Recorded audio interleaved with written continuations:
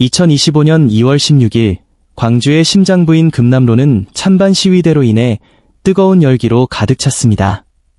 이날 대통령 탄핵을 지지하는 측과 반대하는 측이 각각 대규모 집회를 열었으며 양측의 격렬한 대치로 인해 곳곳에서 충돌이 발생했습니다. 오전 10시 금남로 중앙광장에는 탄핵을 지지하는 시민들이 모여들기 시작했습니다.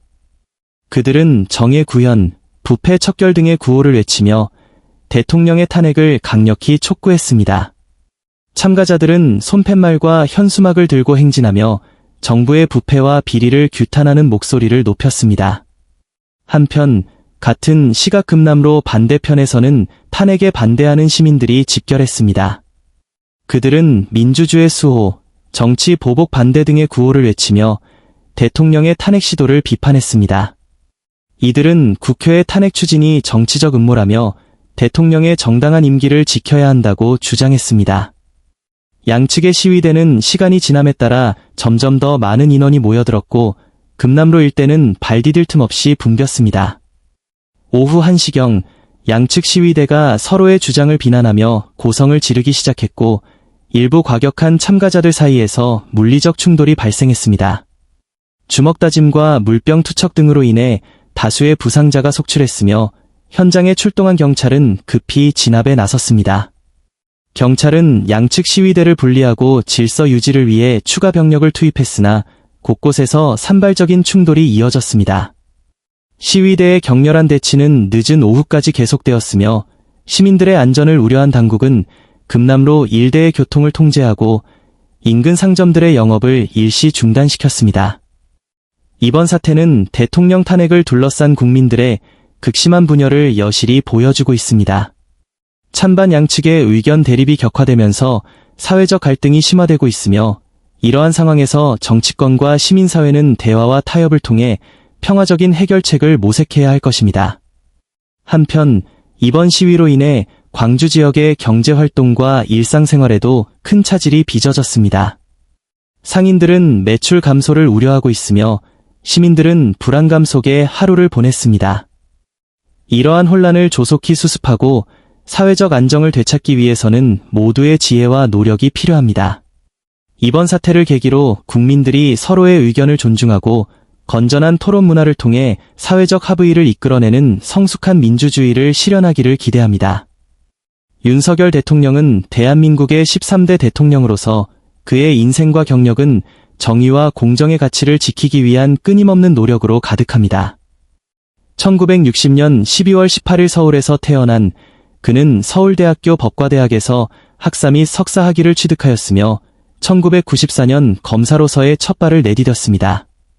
검사로서의 경력 동안 윤 대통령은 부패와의 전쟁에서 두각을 나타냈습니다.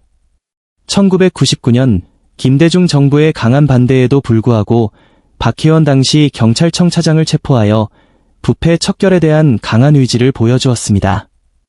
2006년에는 현대자동차의 비자금 사건과 관련하여 정몽구 회장을 구속하는 등 권력과 자본에 굴하지 않는 강직한 자세로 주목받았습니다. 2013년 국가정보원의 대선 개입 의혹을 수사하던 중 당시 법무부 장관이었던 황교안의 외압을 폭로하며 권력의 부당한 간섭에 굴하지 않는 검사로서의 소신을 분명히 했습니다. 이로 인해 좌천되었지만 2016년 박영수 특별검사팀의 수사팀장으로 임명되어 박근혜 최순실 게이트를 수사하며 박근혜 대통령의 탄핵에 중요한 역할을 수행했습니다. 2019년 문재인 대통령에 의해 검찰총장으로 임명된 윤 대통령은 조국 법무부 장관 관련 의혹 수사를 지휘하며 정치적 중립성과 법치주의 수호에 대한 강한 의지를 보여주었습니다. 이러한 과정에서 정부와의 갈등이 있었지만 그는 법과 원칙을 지키기 위한 노력을 멈추지 않았습니다. 2021년 3월 검찰총장직에서 사퇴한 후 그는 국민의힘에 입당하여 2022년 대통령 선거에 출마하였습니다. 선거 과정에서 경제 규제 완화, 성평등 및 가족부 폐지 등 다양한 공약을 내세웠으며 2022년 3월 9일 이재명 후보를 근소한 차이로 누르고 대통령에 당선되었습니다. 대통령으로서 윤석열은 북한에 대한 강경한 입장과 일본과의 우호적인 관계 개선을 추구하는 외교 정책을 펼쳤습니다. 그러나 2022년 이태원 참사와 유료위기 대응 등에서 비판을 받기도 했습니다. 2024년 국회 중간선거에서 그의 정당이 패배하면서 정치적 입지가 약화되었으며 같은 해 12월 14일 국회에서 탄핵소추안이 가결되어 대통령으로서의 권한이 정지되었습니다. 현재 헌법재판소에서 그의 탄핵 심판이 진행 중이며 대한민국 역사상 최초로 현직 대통령이 구속되는 등 그의 정치적 여정은 여전히 진행 중입니다. 윤석열 대통령의 삶과 경력은 정의와 공정을 위한 끊임없는 투쟁이 연속이었으며 그의 이러한 노력은 많은 이들에게 깊은 인상을 남기고 있습니다. 대한민국의 현대사는 3명의 대통령, 이승만, 박정희, 그리고 윤석열의 지도 아래 각기 다른 시대적 도전에 맞서며 발전해왔습니다.